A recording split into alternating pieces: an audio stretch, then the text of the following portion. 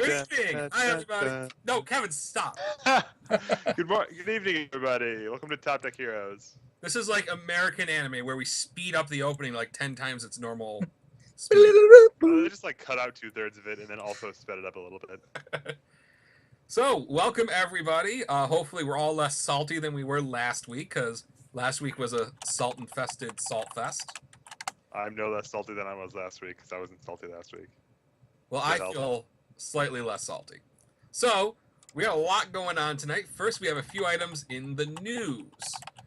Kevin Broberg, why don't you take the first news item, and that is Atlanta taking Hill streams. Yeah, Atlanta has been, well, this last weekend, Atlanta streamed, I guess Nando Aragon set up the streams and ran on his Hungry Nerd Twitch stream a couple King of the Hills tournaments, which is a format that the ATLians like, where they just have a bunch of registrants, they pick random things, and you play until you lose, and then everyone gets a chance, and whoever has the longest streak wins. And you can view the VODs of one of the two they had on YouTube.com and watch 11 matches of high quality, well, best of one matches anyway, of some high quality FS. I think there's 4 matches with the Ask Athena DeForester deck. There's and then there's a whole bunch of other really exciting brews. There's some Basilio San Juan, there's Natali, there's some Chaos Felicia action. There's tons of great stuff out there. I heard some nerd played C. Some nerd played C Kenso. Dude, it's super hype. So, exciting stuff. We always love when more content is put on the internets for UFS because there just isn't enough. Yeah, and you can actually, I think it's really great to be able to watch live matches and just see, sit down and watch people, can give their hands sometimes and be able to think through the math, think through the game states and see how other people approach the game as well, and try to just go through that and figure it out for yourself too. I have the links. Just if people look to the chat in a moment, I have the links to the VODs that you were talking about, so people could go check them out afterwards. Great. Excellent. Or even right now in the background. No, they want us to focus on us. Yeah. Look at Sean's pretty face. The last thing a cheeseburger sees. Moving on to our second news item. There's a lot of talk on the forums the last few days about the state of the game, or the not state of the game. It actually is more appropriate. So, not a great topic. It's clear that people are starting to get pretty frustrated. They want some answers, and I think people would be even happier if the answer was "I don't know" instead of nothing. Yeah, and I feel like that's the point we're at. It's a horrible juggling act for them. Yeah, it's definitely it's a rough balancing act between too much we don't know, or false promises, and not enough words at all. Yeah. Well, one thing's for damn sure. I don't think we're getting 6 sets this year. The biggest problem I see is, like, they've always had problems in the past of trying to please everyone, and that's just impossible to do. No matter what kind of way they try to put out their information, there's always some group that's not happy. I, for one, I don't care. Like unhappy. I don't care if there's false promises. If the state of the game is we don't got much to say, I want something. There's got to be some sort of information that they can give us. Mm-hmm. Like, I don't suspect we'll be getting a state of a game for a while, because Jasco Games is completely buried by the Mega Man board game, which, needless to say, I finally got mine tonight. Hey! Yeah, that's not needless to say that by any means. I mean, we never knew how long it would take for you to receive them, and now that's something that just happened. I know. I was thinking about having a competition about that, but then changed my mind. But I did open my boxes. I haven't looked at too much of it yet. I did look at the stretch goal minis. I got them out and put in my display cabinet. Yellow Devil is awesome. He is my favorite by far. He's so big and awesome. Did you get a headless Elect Man like some people did? No. So far, it seems that all my pieces are properly constructed. let's hope beyond hope that's an isolated incident. Otherwise, it's going to be awful embarrassing after 2 years to have games that are incomplete / broken. Yeah, hopefully they have a replacement policy already set in place where people can contact them. Well, I spoke to the gentleman who was missing his head, and he did call Jasco Games, and he is going to be getting a replacement. Yay. Well, that's good. Yay! An Electman with no head is even less good than Electman in UFS. He's not very good in the first place. I think he's still a fine character. So the problem that brings us around to because we're not going to talk about Electman right now. No. We're going to talk about what people can do to pass the time while we wait for a state of the game. And each of the hosts has come up with something that we think everybody should do. I think if you are really bored and want to have some fun playing UFS, I think you should build a cube. Nando, I believe, has his everything cube, and I do like seeing the pictures and asking, what's your first pick going to be, which should be the Promo Ukyo every time. Yep. Not close. Well, no. I actually talked with him. Vega that gets 2 momentum is pretty insane too, to be honest. Oh, I haven't seen that one come up. No, it's the same pack. Was it? Yeah. I still think I'm going to go with that was Nando's pick. I mean, it's and like you can even say people are going to pass characters later. You could just take broken cards. We'll see. But I think that's the really fun thing about Cube too, is that you can talk about it forever. People can do that. They can do a standard cube, extended cube, legacy cubes where it gets truly insane. Pauper cube. But that's enough about the UFS cube. Kevin Broberg, what do you think people should do to pass the time till we get a state of the game / more cards? Build extended decks. Don't even play with them. Just build them. The format is so huge and so pregnant with possibilities. There's so much you can do. Pregnant with possibilities, Kevin. Pregnant. What did you do after that last tournament? Pregnant. Did you? I went on UFS Ultra and I things got a little crazy. Okay. So yeah, that's my suggestion is to build extended decks. Maybe play some extended. Except for Moon. There's so much, and you can screw each other over so much too. So I like just building decks. And building decks is really fun. You don't have to worry about getting screwed by Moon. So you'll like that, Sean. Plus, you can build your favorite character, all that stuff. Matt Hughes, what are you going to do? For me, I would say if you're tired of UFS, or because there's no new cards, go play board games. Go play the Mega Man board game, because everyone got those in. Go play some BattleCon. Just go play board games in general. Play Chaosmos. Or Chaosmos, yeah. That one's fun. Also, that game is not fun. That's if you don't want to have friends. It was amusing. My mom asked me about that game the other day, and I'm like, no, you don't want to play. That's the story about how Matt Hughes had to move out.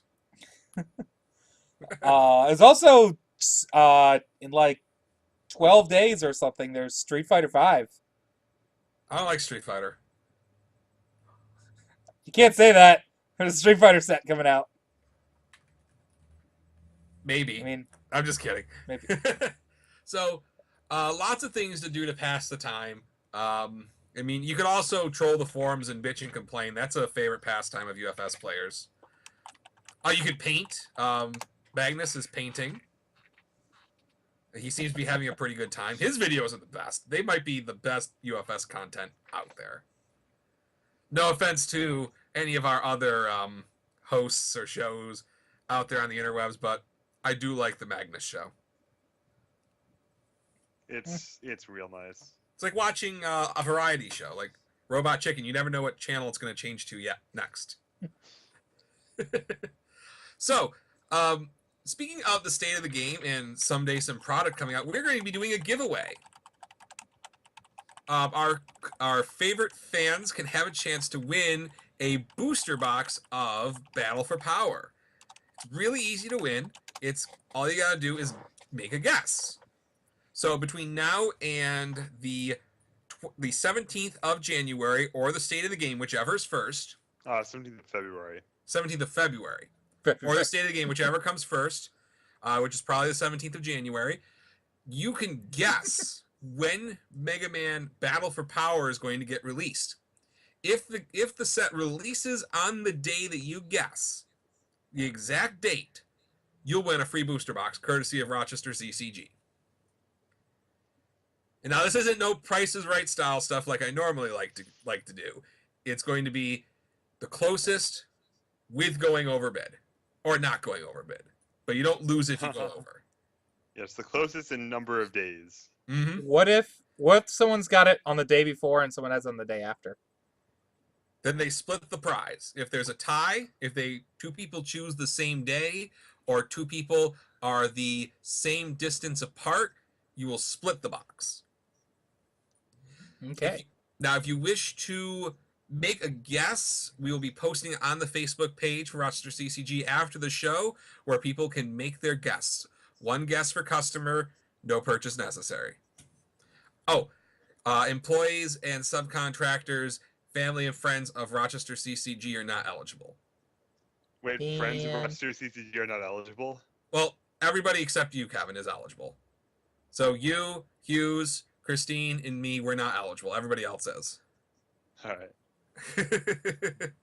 So get your guesses in. Hopefully one of your earlier guesses will be the correct one. That'd be great.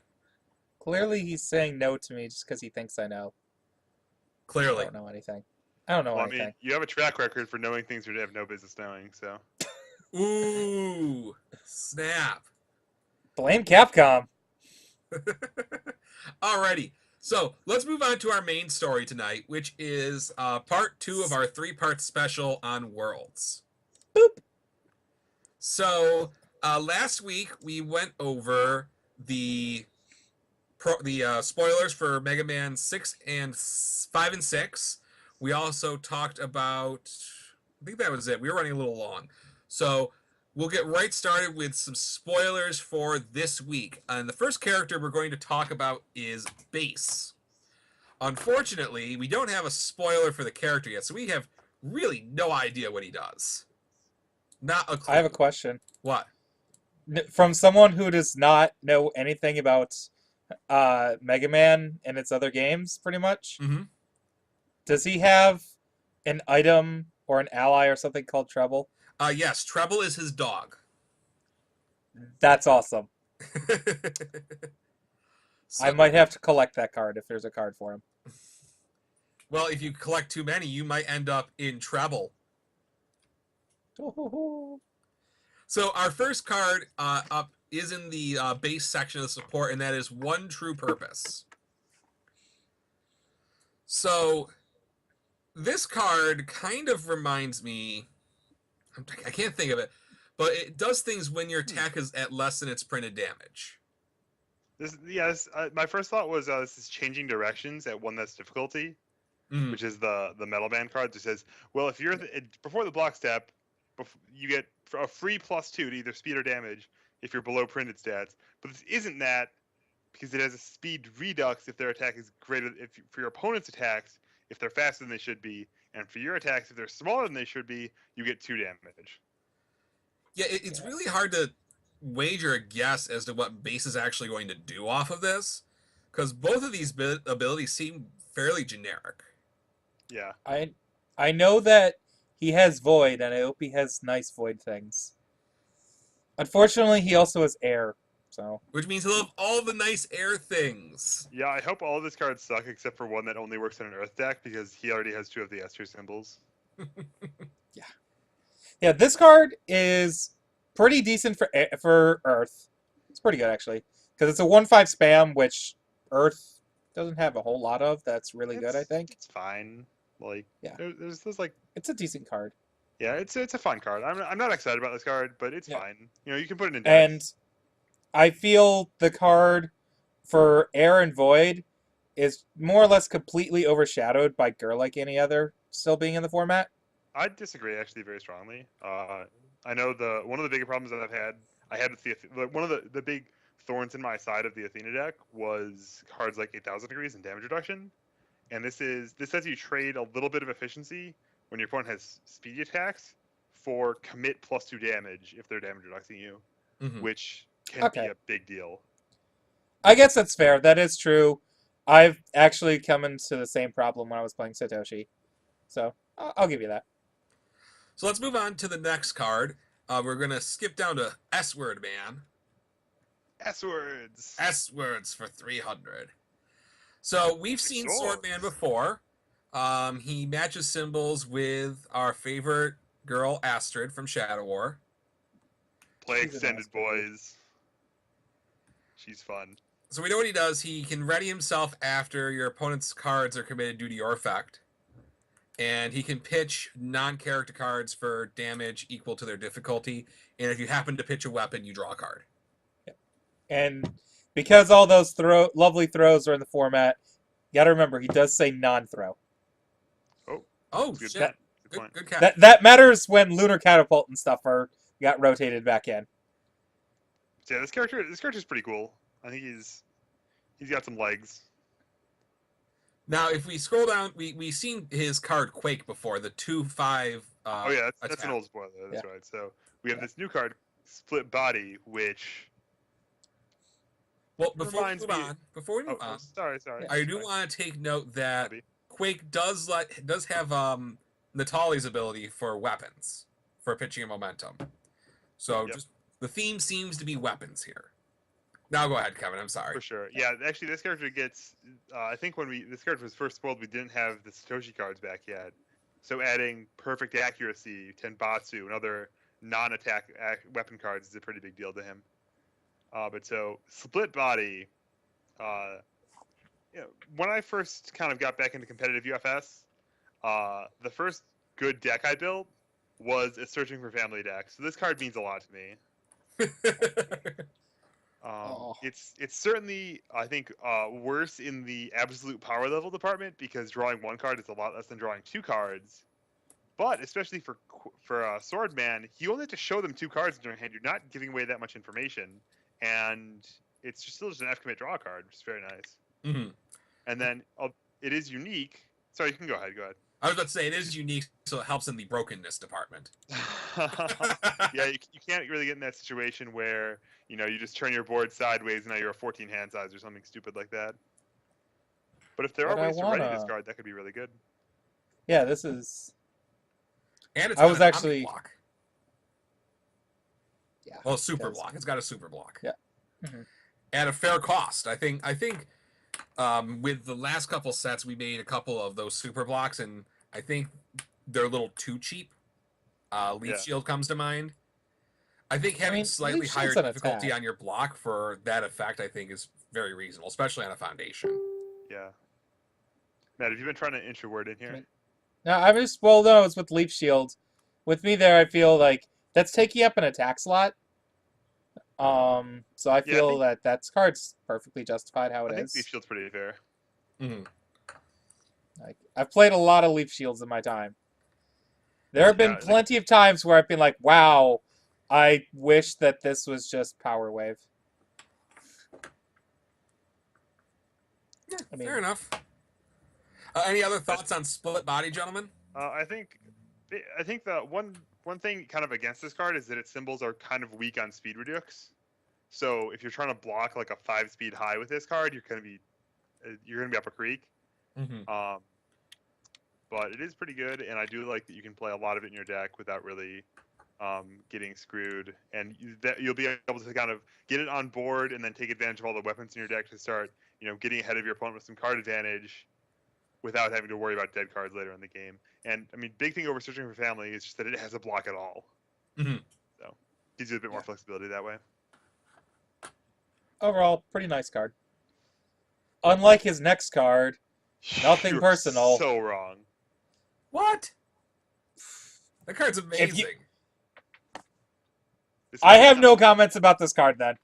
You guys go ahead. I watched Total Justice Gaming from last week, and you guys were ragging on this card, and do you not understand this is a 1/5 that commits a card? It's a 1/5. Do you know how good Into the Sunset is? This card is shitty Into the Sunset, which means it's incredible. I mean, I can't wait to have this card on board against Kim. To commit his team Kim. That seems pretty good. This card people play. I've people just play never Robot had a problem with Masters, Team Kim. and it's just like, screw you, Robot Masters, get out here. I'm gonna tap your board out. I'm gonna commit one of your cards back, and then break up your attack turn, and then backswing you. Like, Matt, I it's didn't not- hear what you were trying to say. I'm just saying, like, I don't know, like I've never had with the Kim deck. I've never seen Team Kim as the issue. So I mean, putting them in a place where they have to not guarantee themselves a 5 seems pretty good. Where they have to Yeah. just blindly go in, and this coupled with some of the other anti-Kim abilities, where now Kim has to have 3, especially on order. This plus Hanya or orders from Hydern. This plus orders from Hydern means Kim has to have 3 kicks in his hand to kill you if you've got both those things out. Like, there's a card called actually several of Chin's cards are really bad rates, really narrow, really weird control pieces like this, and they've been like 1 and 2 ofs in decks from, just decks by good players, and I'm like I know I've won games, I've locked games up by my opponent's hitting me in the face, and I'm just like, well, I'll commit this foundation and this face down and tap your random card in your staging area to screw up your attack turn just enough. But and here's the then difference. backswing them. 1, those cards have blocks. No, they don't. 2, doesn't. Maybe I'm The thinking of card the I wrong think of card. doesn't have a block. What do Okay. you think? You have sober enough? Sober enough to fight, yeah. Okay. I thought that one had a. And that one costs 2 But foundations. also- Yeah, It's a but 2/5. Like, it's not good. Like, this I one see you. where you're I coming don't from, like that- just losing my field. Yeah, I see where you're Like- coming from. It's not a great rate. You're destroying a foundation to get a temporary advantage, but it's a 1/5. Like, you don't play carefree to spam and block. This card, you just always play it from your hand, and it always gives you a little bit of an edge, a little bit of way to just like screw up your opponent's attack string, give yourself a chance to win when you should be dead. And I mean, not for nothing, but this card against like bad players, it could, maybe not in the highest level play, but against players who maybe are inexperienced, who aren't very good at UFS, they may see this in your board and not commit to as devastating of a kill turn as they may have otherwise done. That could also happen with an experienced player who knows it's going to be really, really close coming in. And it could buy you time in that respect as well. Yeah, having this just in play, like sometimes it'll be, you'll get baited or something, but sometimes people will decide not to play abilities that they should because they don't want to get tapped. Especially if they're doing like a little poke turn to try to soften you up, and then they have to defend from your backswing. They won't do this because you can tap their defensive pieces, and they'll be afraid of that. Mm-hmm. Or Alright, if they have well- defensive pieces they can use multiple times. All right, so we'll see when this card comes out. Yeah, we'll have Now, to see. I'm like you've swayed my opinion ever so slightly, but I'm still ambivalent to this card. I'm not saying it's gonna. Okay. I'm not saying it's gonna be into the sunset, instant 4 of in every deck, Mhm. but like your standards have to be really high before you brush this card off. They are, Well, especially it's with Red not Team Horizons. Flush, so Especially with Red Horizons still legal. Have you built any decks on these symbols? Yes. he's built all. I've- Rainflush has all. No, it doesn't. Oh, It has order. it has- I have built all Ryu decks. And I built a fire deck. I'm building another fire deck once I get combustion orbs. Anyway. anyway, Next card? next card. Who we got next? We got Turbo Man. We got Turbo Man once again. We It's Turbo time. don't know what he does. He's a mystery. But we do have a couple of his support cards we got at Las Vegas. First is Transform.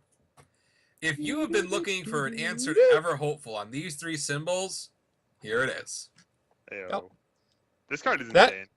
Yeah, that R's neat and all, and I appreciate that it's an answer ever hopeful, but I love the F so much. Mm. It's gonna put Metal Man on the map. This card's insane with Metal Man. Yeah, seems pretty good. Can I explain my combo? Go for it. Go nuts. Alright, so out of the first Mega Man set, there is a slam called Top Spin that has the main symbol it shares with this is Void. and it's a 4 low for 4 slam with an all enhance of draw a card. So you can play this as an F, and then play your top spin, bring it down immediately. Way, just if you don't know, Metal Man's ability is discard a card, add a face down from your staging area to your hand, and +2 damage. Yeah. So you bring this face down, you play your top spin, you draw a card, and then you pitch the card you drew or some other useless card, and pick up your transform again. And so there are 2 options. Either you can find some way to discard the top spin from your card pool and keep going as many times as you can discard it, or you could just play it +1 more difficulty each time, all of your top spins out of your discard pile, every turn. Seems good. Yeah, this card's really exciting. I think I like it the way it works as an action. Yeah, the response is really good. Hey, you're getting sick of losing to Estus Athena when she cheats her Deforesters down. Just get those right out of the game right now. I'm really intrigued just by playing this on an all deck and using it as extra copies of Magnet Slam, because Magnet Slam is obnoxious. Mm-hmm. So that card I'm excited about. Hopefully it doesn't break anything with Metal Man, but we'll see. I think that's fair. That's like a fair level of broken. Metal Man is a very innocuous character, I think. I mean, you gotta go like 3, 5, 3, 5, 3, 5, right? Over and over again. Oh, well, that's if you can clear out all of them. It's like 3, 5, 4, 6. No, it's 3, 5. You're right. 4, 6, yeah. Yeah. Because you have the first slam in your pool, then you add transform, then you play the second slam, and now that's on a 6. You have 2 progressive, but now transform comes out, so then you play the transform again with 2 slams, and now it's on 5. Then you play another slam with 3 progressive. Okay. And then you find a way to discard all of them from your card pool and just keep going. Yep. Just driven by fear, that bitch. Driven by fear, yeah. Let's get some extended here. Yeah, baby. All right. So, speaking of extending things, Crash Drive. We have a 5-speed mid. I guess that's like extension. This is good for extending attack strings, maybe. Crash Dive. This card is interesting. I mean, it's Desperation 3, Kevin's favorite keyword.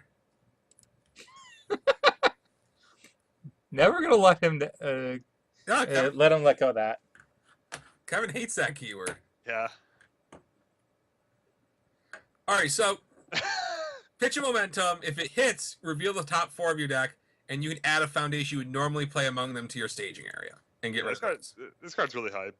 Like, RNGesus take the wheel straight up right here. Unless they block your 5-speed mid, in which case, they earned it. I mean, having to block a 5-speed on their turn seems all right. So interesting. I mean, it's definitely not in the same realm of power, I think, as like Etoile Filante, where you just get to like bone their staging area. But there's a lot of similarities between that. Yeah, I think it's definitely pretty exciting. It could be cool. Like, I think actually, who like this card I've had is C. He gets the free speed pumps, and maybe he's trying to build up to a nice Cyclone by D13. Mm-hmm. And yeah, this could be behind some really explosive things. Like, I bet Ryu really likes it, actually. Oh, I bet he does. Plus getting free foundations. Or Harry or anyone else who really like. Maybe J-Tail Bane actually is another good choice. Like Tiffany Jamber. Tiffany Jamber, she's no good at this. 3 damage. Tiffany Jamber's attacks need to throw at least like 5. She just plays all the Trinity Geysers, right? Try it. Alrighty, so I don't actually want to. Moving on to the foundation. This foundation, for those of us who've been around for a long time, this is a blast from the past. Yeah! It only has 1 symbol with that card. No airbags. So, this card's interesting in that when you commit it to pass a check, it counts for 2 instead of 1. But if you try to commit it to pass a non-attack card, destroy it. For those of us who remember the old days, this is a lot like the card Green. Zangief card from what, the first or second set? First set. It was actually the Flash deck promos called it green, and then in the set it was changed to beginner's luck. So this card is going to be pretty exciting in that deck. It's going to be exciting in a deck that I think that wants to attack quickly. Because when you go in for your second turn attack and you check a 3, that's pretty rough. This card is just great for anyone who wants to play attacks with actual difficulty behind them. Like a deck that's playing like mono 3 diffs or like maybe a Proto-Man or something that's got all like shield rams and crap playing things on 5s. You might not be so excited, but if you're playing Hao Ryokins, Trinity Geysers, any kind of 5 or 6 difficulty attack, and especially if you're playing like a string of them at high difficulty, maybe some venom shots in there. This card is the card for you right there. I can't wait to put this in beat my. I was just about to say, this is going to go into my. Oh, hell yeah. We were talking about Yellow Devil earlier. This card is A+ tier in Yellow Devil. Oh, yeah, I bet you he really likes this one. So, we'll see. I mean, like I said, this is a blast from the past. When I designed this one, I really wanted to bring back green. That's actually one of my favorite cards from Legacy. It doesn't feel too terribly offensive because it does have some restrictions on it. I believe the original green was a 5 check, wasn't it? Yeah, it was a 5 check. Yeah. So, other than that, the text is pretty much the same. So that takes care of us with Tengu Man. We move on to Tengu Man. Finish with Turbo Man. Now we move to Tengu Man. So yay! Where's my? What? You're what? Wrong. He gets to run 1 checks, and now we have a 1 check for him. So can my Turbocharge. Yeah, Mai can play them, and then she can fail her turn when she checks them on turn 1. Tengu Man cannot do that. Unless you out of your league him, in which case you're an asshole. So Tengu Dive. Kevin and I were talking about this card. And this card is what would happen if Shield Ram grew up. This is like Shield Ram's big daddy. Shield Ram's balls dropped, and so did its control value. That's what happened here. So Raiden can't wait to play this card. This card's super exciting. If you're running 1 checks in your deck, which presumably you are, since you're running it, I mean, that lets you draw 3 cards. Drawing 3 cards is really good, I hear. Situationally, it's not always if you have 2 cards left in your deck and no discard pile, it's actually a very bad plan. For the most part, drawing cards is good. Yes. Having a +1 high block is very excellent, and going straight to your momentum when it deals damage is pretty much the perfect thing to do with yourself, especially when you have the same combo condition as itself and Shield Ram. Mm-hmm. Yup. Yeah, this card is going to be really good for that deck. I envision something similar to the Raptor Air Aggro decks, but maybe playing off of a different character. With range stuff and these and shield rams. Like Tengu Man. Jiffy Jamper. Yes. I'm going to go to my Jiffy Jamper plan when we get to this foundation. No, Kevin. No. Yes. Let Benny Maru play Combustion Orb. So before Kevin has any other bad ideas, let's move on to Bird of Prey. Another excellent card for Benny Maru. So I love anything that says first form draw a card, because it doesn't ever feel so stupid busted, because you can only do it once. So if you have 3 Birds of Prey, you only get to draw 1 card. Yeah, this card's really neat.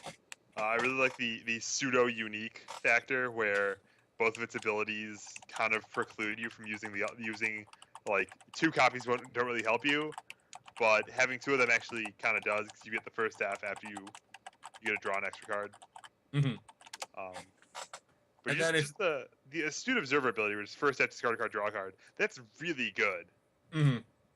It's a very useful thing to have in your deck. Yeah, especially since this one doesn't commit. Yeah, just do it. And it has, I like the response to destroy. So when you're getting ready to cycle, you get to put a whole bunch of 1s into your hand. Yep, that's what I want to do with a Jiffy Jamper deck. Prepare for the quadruple Tengu Dive. We need a catchy name for that. I mean, I guess we can just call it the Bird of Prey or something. The Kamikaze? Is that racially offensive?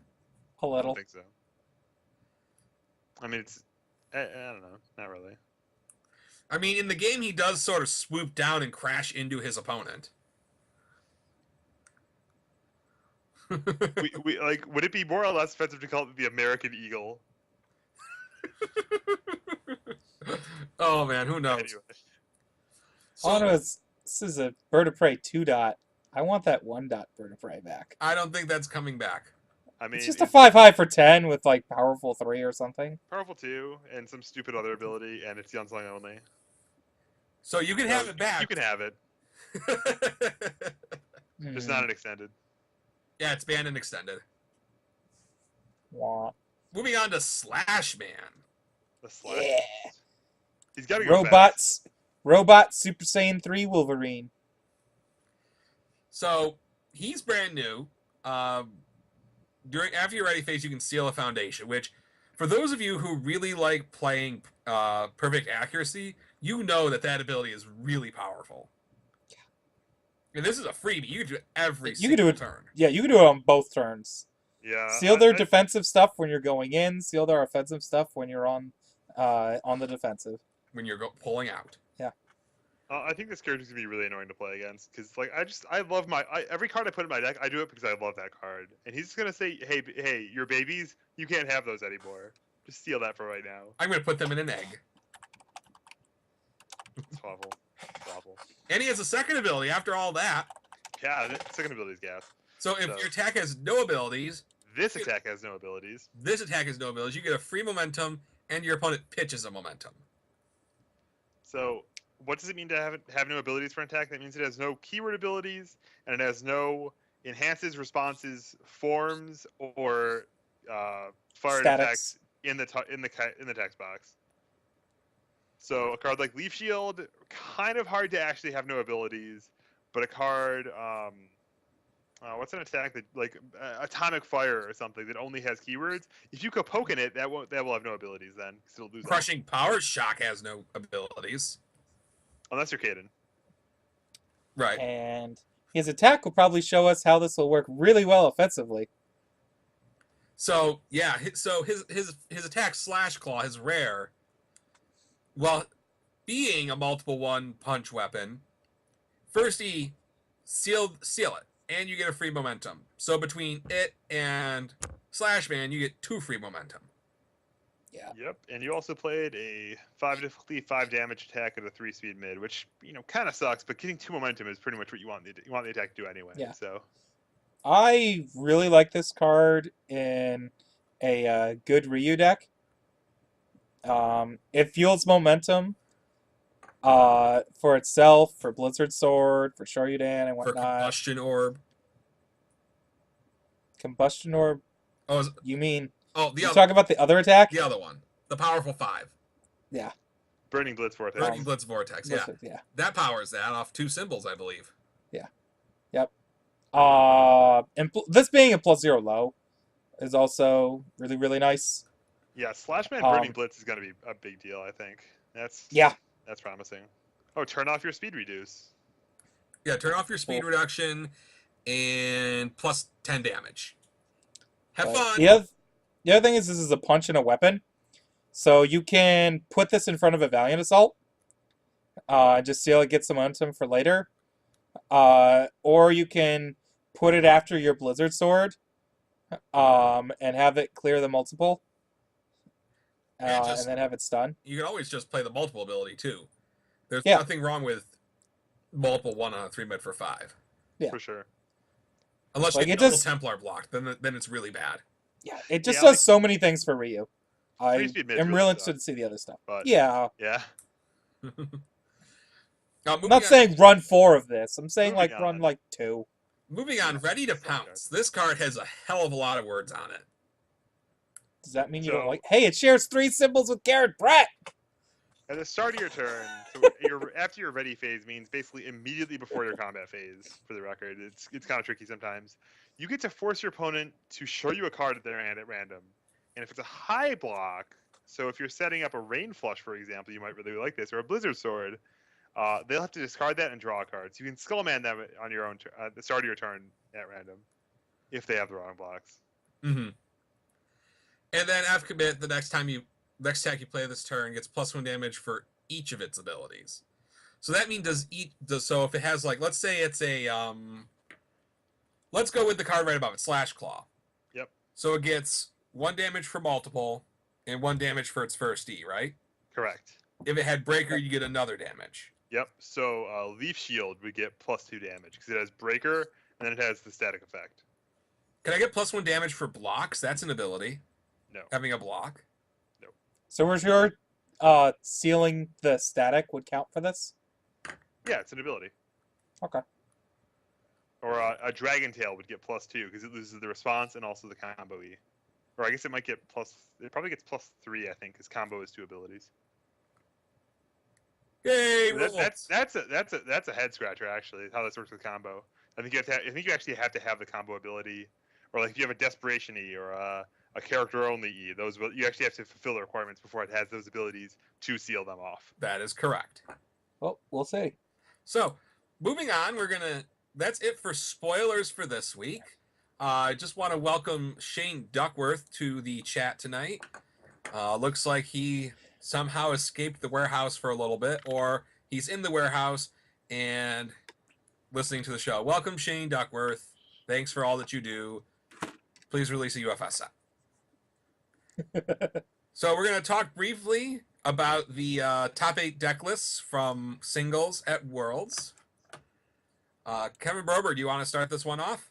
Yeah, sure. Do you want to start at the top? Start at the tippy top. All right, so we got this Garrett Brett style Calgary 8 action special with Jiffany Jambor, 15 attacks out of 81 cards.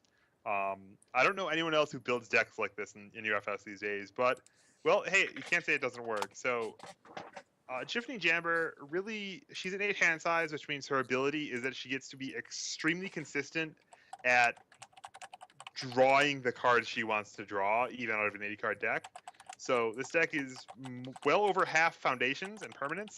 So, on average, more than half of your hand will be foundations.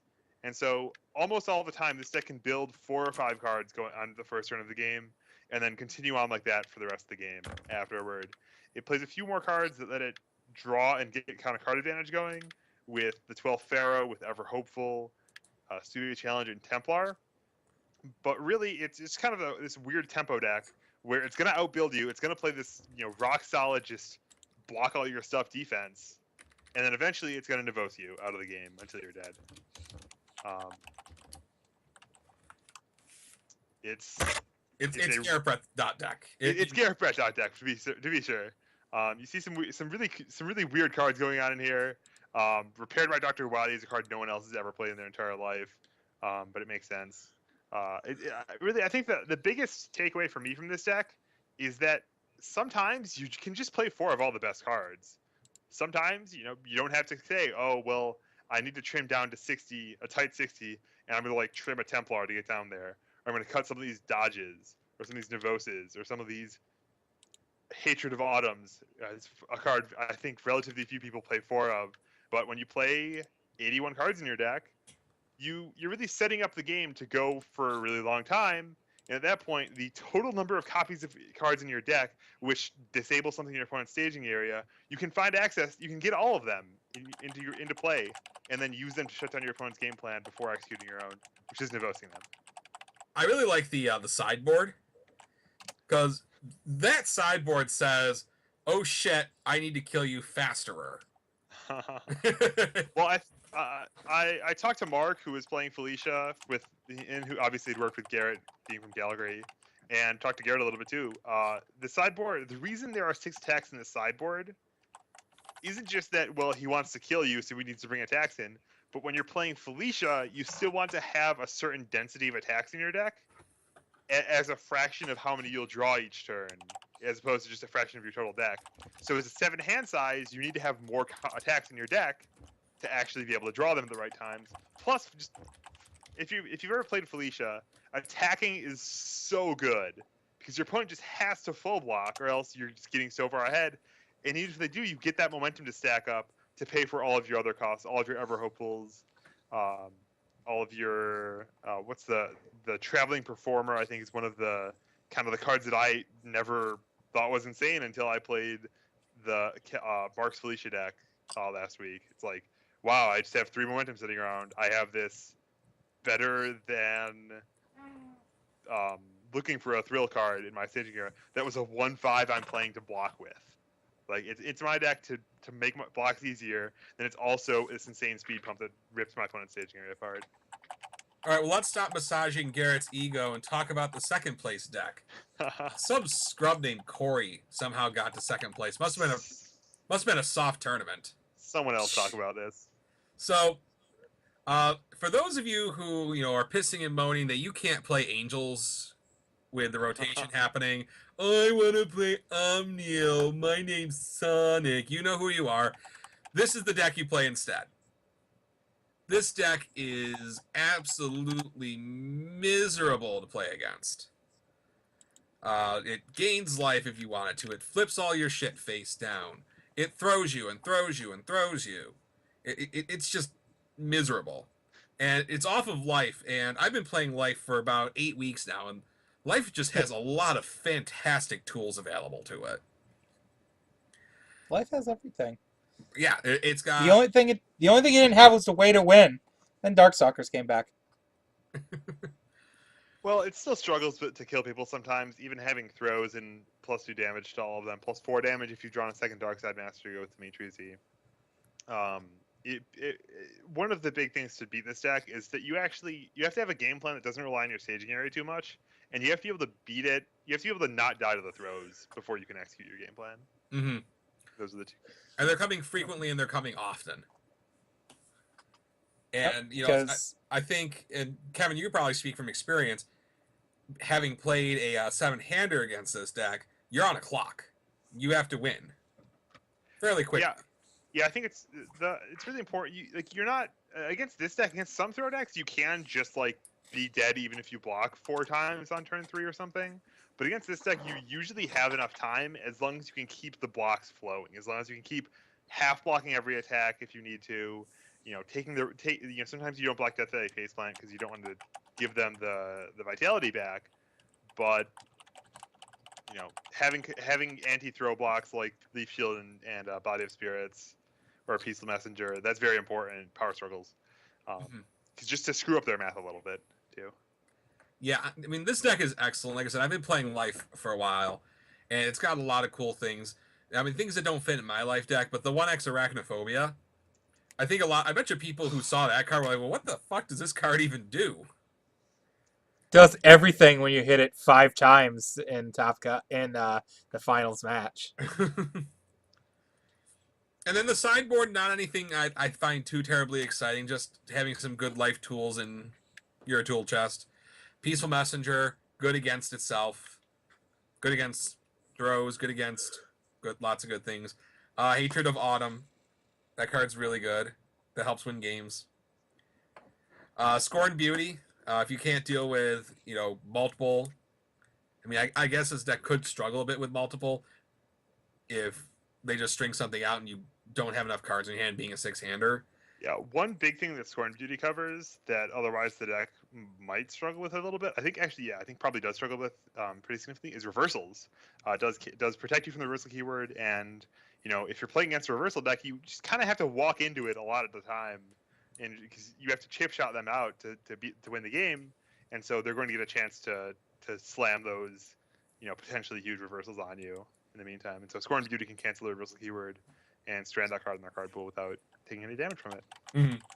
And then Revokes. More Revokes are always good. I was talking to Kevin the other night about my deck, because, man, I need to figure out how to get 4 Revokes in here main board. Because that card it doesn't win you games as often as it makes you not lose. Yes, that is exactly what that is. Revoke makes you not lose games you could otherwise lose 100% of the time. It can... I definitely also use it offensively to win plenty of times. Yeah, I mean, it's good on if your opponent's going to play some really good defensive ability, but I find more often than not, I'm running it to not lose. But let's move on to Chris Pratt's Lord Raptor deck. Lord Raptorington. Which I plan to savagely net deck for this week's tournament. So I will point out here... You're just going to take Andrew's deck out of his bag? Nope, he's net decking. It's worse. Well, go ahead, Kevin. The shots fired. So I was going to point out that so far in the top 3 decks of this event, we have 11 Templars out of a possible 12. Thanks Corey Hicks for bucking the trend. But yeah, if you haven't played with or against the Lord Raptor, the way it works is he plays a whole bunch of foundations. Obviously, he's a 7-hand size air deck, and he can actually play them even better than usual if he reviews attacks. So he can have 1 difficulty Summer Heats, 2 difficulty Ever Hopefuls, etc., and get a pretty decent staging area going. And then on turn 3 or 4, he will set up for the attack string, and it's going to be kind of like a progressive metal song where it starts out, kind of big and intense, and then it just ratchets up over the attack string as he plays Ultimate Undead. And if he has the foundations to pay for it and everything works out for him, all of his attacks will get +1 speed and +1 damage, stacking up for every attack he's played that turn with Ultimate Undead. Every Helldunk adds another 1 speed and 1 damage as he keeps reviewing non-attack cards and trying to draw into the actual attacks. And then the relatively small Kneecappers, Shield Rams, and Hurricane Uppers get relatively big and also take themselves out of progressive difficulty, add more cards to his hand, and in the case of Hurricane Upper, can be multiplied out and get all of the Lord Raptor bonuses on all of them at the end of the string. I know I've lost to a game Lord Raptor where he had, I think it was 7 mid for 8 Hurricane Uppers at the end of a string. And even though I was playing Clark, that killed me dead. And so this is it's a pretty interesting deck it's got a really devastating kind of like mid-late game, and it does pretty well in the early game because of so much speed redux, those 4x Templars. This is the first deck in the top 8 that has a girl like any other, and the card's really good at defending yourself. Yeah. All right, moving on. The sideboard. Nothing too exciting there, I don't think. Yeah, if you're playing against a deck that really, really wants to block all the time, Air Tiki works great with Lord Raptor. If you remember playing Gemini Man, there was some rule sketchiness there. There's none of that with Lord Raptor. If you have Air Tiki in play, every Lord Raptor trigger gives you 2 speed. So if you have 2 Helldunks, the second one is a 9 mid for 10. It's really good. Oh, disgusting. 4th place, La Bamba. Not quite living up the Ride Field dream of winning teams and Swiss champing singles, but he did get 2nd place after singles. This deck was I think arguably the biggest story of the weekend. I think his only outright loss in Swiss was to me playing the Ashes Athena deck, and yeah, he was playing 4 main deck showdowns. He was playing this crazy Ettencel's Mugshot Shield Ram package to have these explosive attack turns. And I consider Death before this tournament. I considered Death to be a bottom tier symbol because it just didn't have the tools, and part of that was kind of outdated reasoning from before Red Rising came back. Because I think a lot of the weight in this deck just goes on the broad shoulders of Into the Sunset, Powerful Assassin, and Hunt for Spiders and Dragons. This deck really shows you that there are no sacred rules in UFS deck building, because you might think blocking low attacks is important. This deck has 4 low blocks, main and sideboard. Nope. No problem. Undefeated in singles. Well, while Kevin's coughing, Plum Eater I really like in here. That's a good, speaking of low blocks, a good way to try to fight with Snake Man. If you do get into a situation where you can't block low all the damn time, just get rid of his momentum. Yeah. Take that. Yeah, he probably just faded Snake Man. Didn't get that matchup, yeah. But yeah, Balance Fighter is actually disgusting with him. That's just, you really want to draw Balance Fighter. Yeah. This deck is. I highly recommend that if you're interested in this, you give it a shot, because it is a. Can I say mindfuck on the show? It's a mindfuck to try to play right. It takes a lot of math to figure out the various permutations of how many cards you're going to discard, how many things your opponent can block, and when you're fighting against it, my best advice is watch out for Showdown. Know that he has a lot of really good block modifiers. There's on top of Showdown there are, I think, 11. No, there's 10 plus 1 high blocks and 4 plus 0 mid blocks in the attacks. So Rain Flush might not be the best choice against this guy. And try it. I think it's you can win a lot of games by revoking or using Cut Red Handed on Ettencells, but that's not the only way that Rodney's deck Bomb Man will try to win. Moving on to 5th place. Well, I just want to bring up real quick. Matt, you got the last point? Before, just bring up with the whole him dodging Snake Man and whatnot. Before there was a call for the repair to recount for top 16, the original posting of what top 16 was, he was supposed to be facing Giggles. And then it got switched, so Giggles was facing his worst matchup instead of his best matchup. I'm pretty sure that was his worst matchup. Lol. Okay.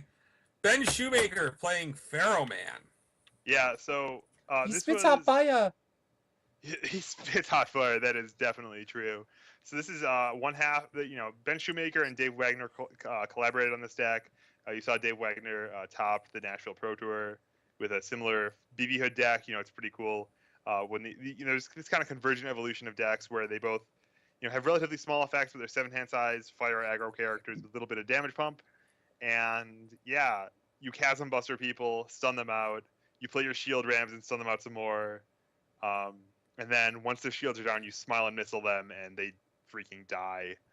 You get a pretty good bit of just the right amount of disruption with cards like 8,000 Degrees, Wall of Goro, S-Class Hunter to keep you alive, as well as the breaker blocks on Smile and Missile and Yami Burai. And yeah, the Foundation base also adds a bit of extra stun with cards like a Big Job and a Young Mercenary. Robot Masters. Is it Robot Masters in here? I forget. Yeah, there's 4 Robot Masters in this deck, which is kind of an ambitious decision that I absolutely love. Because when you play Robot Masters and you play one in your deck, is like, well, 2 of them don't do anything, you say. Well, 1, you're wrong, and 2, if you fail to check for Robot Masters, you feel like an idiot. And I know from listening to stories over the weekend, there is a play in this deck where you Robot Masters your attack. If you have 2 Robot Masters, then you 8,000 Degrees to -1 your attack, and then Robot Masters it again and get an extra stun out of it. And that can be, any those little creative plays could be the difference between winning and losing in a close match. And really awesome play. There's a pretty big sideboard here. We have the off symbol revokes plus out of your leagues plus Jealousy and Fakes. So this deck 8 actions. This main deck is I love this decision to play a main deck that's hard hitting and tight fitting. We're not messing around with any of these jank cards that aren't going to do anything on turn 1 and aren't only going to be good in a few potentially corner case scenarios on later game, and keep those cards on the sideboard for the matches where they're most impactful. That's really good. It's a really good decision. Mm-hmm. Moving on to 6th place, we're actually going to skip that one because Kevin talked about this deck in great detail last week. No one wants to hear about that. Devin Bernier. So Matt, by the way, you said on I believe on topic or Total Just Gaming last week that Water Kim isn't good because it didn't top. There were actually 2 Water Kim decks with ranks for top 16, but Devin managed to scoot by them because that's just what Devin does at Worlds. I didn't say it was bad and it's serious. In fact, I think it was like Sean's the one that's been bringing up Kim the most. Well, no, I'm just busted as hell. I don't know why they haven't banned him. Yeah, I was surprised it was Order. That was my initial comment when I posted it. I think you were. Yeah, I took it as a commentary on the strength of the water symbol or something. Okay. Speaking of Order, I talked to Devin over the course of the weekend. He was telling me that the Order deck kind of poops in the Water deck's Wheaties, in case he ever had to play the mirror. This deck is designed from the ground up to destroy Water Kim. So look at these action cards. He is off-symboling out of your league, which cancels Kim's response, stranding a kick in his card pool, and probably breaking his attack turn. At the very least, it forces him to use the combo, which is much higher difficulty. He's got Showdowns, which crap in his cornflakes because it blocks every attack in the deck and then stun 2s him defensively. He's got Jealousy and Fake, which, breaker 1 sometimes, 2 damage here and there, whatever. He's got Homemade Explosives to destroy his opponent's Team Kim. Yeah, the assets is where it gets really spicy. He's got Hanya to +1 all the attacks. Or +1 all the blocks. Yeah. Team Kim's not too shocking. Roll and Golden Ticket, they kind of... Golden Ticket is... That's the real deal. That's really hot. Now you only check 4s. Well, now we can put a Dragon Tail in our card pool and then start kicking you on 5 and get those sweet, sweet combo abilities going. +2 speed to all my kicks. Thank you. That seems good. Yeah. And so, yeah, the order symbol I think is almost terminally underrated in terms of these foundation base. You know, it's got a lot of weird cards in its own way, but Into the Sunset, it's a top quality card. S-Class Hunter is a top quality card. For Pooping and Kim's Cornflakes, Orders from Hydron, you can't do better. No, you can't. And it's got the classic Calgary, you know, long string of 2 and 1-ofs that just do little defensive things. You Are Not Alone is a card that helps with Ever Hopeful, helps with Chasm Buster. I think is a great meta call. Yeah, I really like this deck, and I like the sideboard as well. Yeah, you get more showdown options. You get a Kwang Chang Nim, which that deck really hurts anything that's going to try to commit you out. So if you blow up a Kwang Chang Nim, you can't get showdown. You can't get reversaled. Or reversal stunned, you know. Yeah, reversal stunned. Yeah, stunned. You can't get Into the Sunsetted. Can't get mooned. Oh wait, that doesn't matter anymore. I remember what I said now. It was I was surprised that Order made it in over the water builds. And then I realized what I thought was one of the big reasons for being Order, besides all the random disruption elements, is you ditch the 1-check, which is what I've hated the most about the water builds. And you have Dragon Tail along with the foundation to kick it in your card pool, so you can go off with only 1 kick. Yep. So that right there is actually was why I like the Order builds, because I never liked it when it switched to the 1-check. The 1-check's so disgustingly good though. Like I don't know why you don't like it. It's just so good.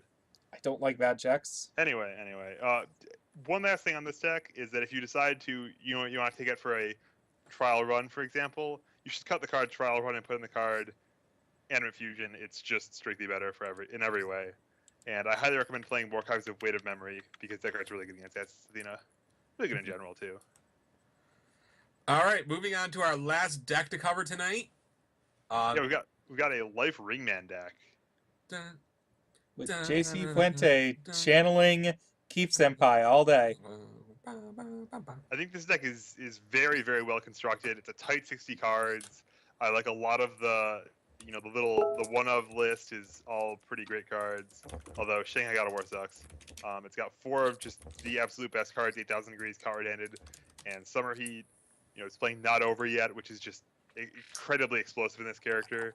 You can play a throw and then build and play Not Over Yet and then play an attack. And, you know, even if it's a Hao Ryokin, it's still free because it has no progressive difficulty, gets -3 difficulty. So you have an 8-speed high for 12 damage that draws you 2 cards coming out on turn 1 because you suck. I think this deck it's a really great deck. And I like how he's trimmed all of his numbers to be extremely hard-hitting and tight-fitting.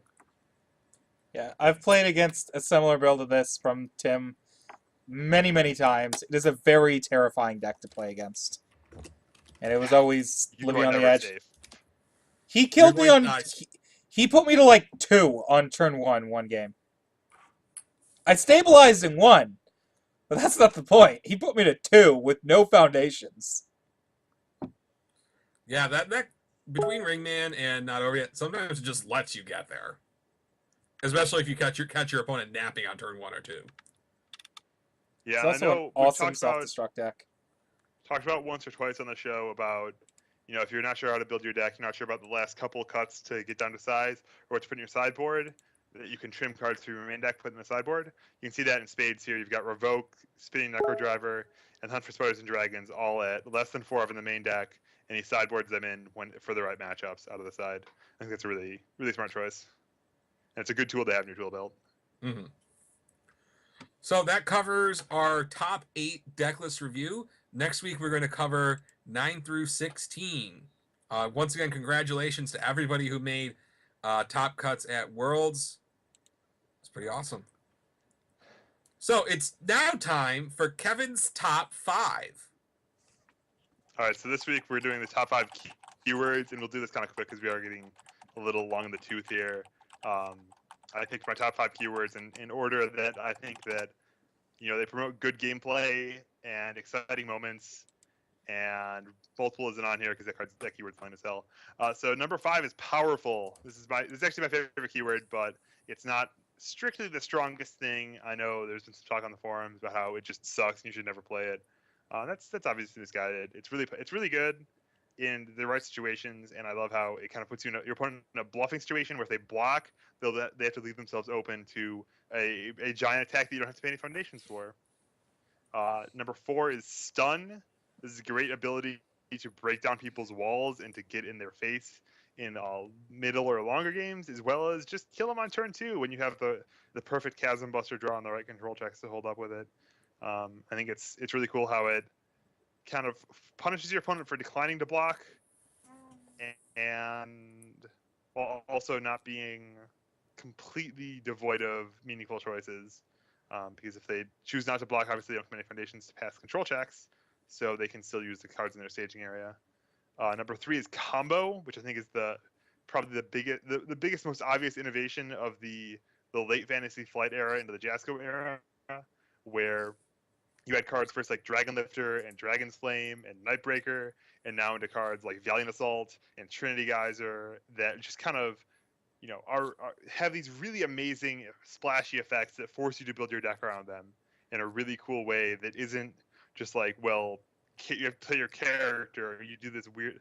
It's very clear what's going on and how to do it, and I really like that level of clarity, and also the splashy effects you get out of combo. Number 2 is reversal, which I maybe should have penalized for having complicated rules, but it's really cool. The times where you just play reversal and say, yeah, opponent, you can kill me now. My shields are all down because I played all the cards in my hand or whatever, but it's the best play because it gives you the best chance to win. Or the times when you reversal and how you have these stun effects and your opponent can be really taken off guard and surprised. Or just the reversal one-shot Nevoses. It's all great with this keyword. And the number 1 keyword on the top 5 keywords is the kick keyword, because no other keyword has a greater pedigree of top cut wins this year, with Ryujin Kyaku taking both world championships, team championships. You mean back Devos? in the day, we had the Slice Kicks deck that got a dozen cards banned because of the kick keyword. It's the best thing on the planet. What about taunt? Yeah. Taunt sucks. What about stance? What about stance? It's no powerful. You're right. It's not as bad as powerful.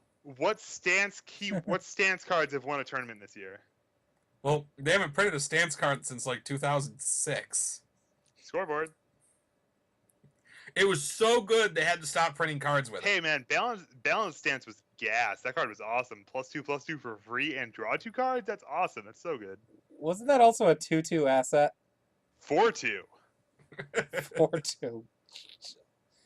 It was worth it, man. Just play with clones, whatever. The 5-check attack. Doesn't matter. So let's move on to our upcoming events list. I think next weekend there is a PTC in Lubbock, Texas. I'm not going to insult your city this week if you're from Lubbock. Lubbock seems like a fine small town place. Yeah, I'm really excited to see what the metagame down there looks like. This first event after Worlds, it's not the biggest play group necessarily, but we'll see how if Omaha shows up, how much the Vegas crew comes down, or if we just have a nice good old fashioned Hee-haw Texas Fest. I was trying to think of how to say that without insulting them, Sean O'Brien. I didn't insult them. They like hee-haw down there. Kevin, America. I guess I just don't get the subtleties of Texas. Let's see. On the 27th and 28th of this month, there is a PTC in Thunder Bay, Ontario, which is like the opposite of Texas, where they have universal health care and gun control. Canada's a great place. Hopefully some folks can make it out to that. What's up, Kevin? I don't know. There's like some weather joke here about how Lubbock is going to be under 3 feet of snow, and I'm sure in Ontario it'll be like 80. Yeah. There's a PTC coming up in Po Town. The Po Town Throwdown 2016 #1. March 12th and 13th at the Dragon's Den in Poughkeepsie. So That's my wife's birthday that weekend. So, well, it's actually on the 11th. So, drive to Poughkeepsie for your birthday. Woo! Oh boy, I like going down to Poughkeepsie. I'm hoping for a good turnout. We get to see our friends from downstate. They're kind of like our little brother. You know, they try. Someday they'll be as good as us. Ouch. You're so mean to them. Why I mean, hey, if they're anything, if their trajectories are anything like Ben and me, maybe they'll actually win some champ cards. Yeah, I remember Ben used to be better at UFS than Kevin, and Kevin's the little brother. I'm not sure if we actually ever went to any events where he finished ahead of me. Because I'm not sure. He won the Golden Donut once. Yeah, I know. He won the Golden Donut. 2008 Canadian Nationals? Didn't you go to that? Oh, okay. So, the last event we top that is the woohoo exciting Las Vegas 2K. 2K? Cash 2K in Las Vegas, Nevada. One thing to remember about this 2K, it's going to be in the listing on the website. There's no diversity at this event. I don't like diversity. So you can show up and play whatever you want. In other news, we are purchasing copies of... What's a card from Neomax? It's actually an Estes Athena. I don't even know. Oh. Psycho Soldier? Yeah, sure. We're purchasing copies of Team Psycho Soldier. So, if Estes Athena is the best thing at that time, I hope you have a game plan against it. You should say Hisatsu Shinobi Bachi. You're purchasing those from Neomax. Sure. Shut up. I mean, this is going on Gyroman being out. It's a bold move, Cotton. We'll see how it turns out. So, show up to this, and remember, all of these events do get you points towards the Player of the Year award. Remember, you can't win if you don't play. Bro, you gonna play Kim? Yeah, I guess. I mean, if that's the game plan, absolutely. I would love to play 20. I'd love to play 6 rounds of Kim mirrors followed by a 3-round Kim mirror top 8. I mean, I'm not playing. You guys can do whatever you want. How many rounds will be in this tournament? Well, you see, we're going to be doing the smaller round structure. It's going to be dependent on the number of people who show up. The powers of 2? The powers of 2. And will there be a cut to top 8 or 16? We will be cutting to top 8 because top 16 takes too long. I like it. Some of us might like to enjoy Las Vegas this time round. Will there be any secret boss rounds with the software? No, we're actually testing the Spoil software right now, and I really, really like it. And at this point, I plan to use it. Right. If you want to play a secret boss round, I can arrange some Akuma air fireballs. So I got some people who've confirmed going so far. If you want to come, exciting. Garrett Brett plans to be there. Oh man. He get to come down and steal $1,000 from me, unless you plan to stop him. Well, remember the first place prize gets $1,000. Okay. Cash. I see. Also coming is Mark Wisniewski, known as Slam from Michigan. Jesse Cervini and I are doing the road trip out from Rochester in our car. It'll be a fun time. We're going to eat all the yummy things. Kevin Broberg, are you coming? Certainly planning on it. I haven't booked my flight yet. Matt Hughes, are you coming? Still no clue. I mean, you got to start showing up to events, or you have no chance of winning that Player of the Year award. I'm gonna save my comments on that. We'll be talking about that next week on Top Deck Heroes, and with that, let's call it a night. Have a good night, everybody. Night, folks. All right, good night.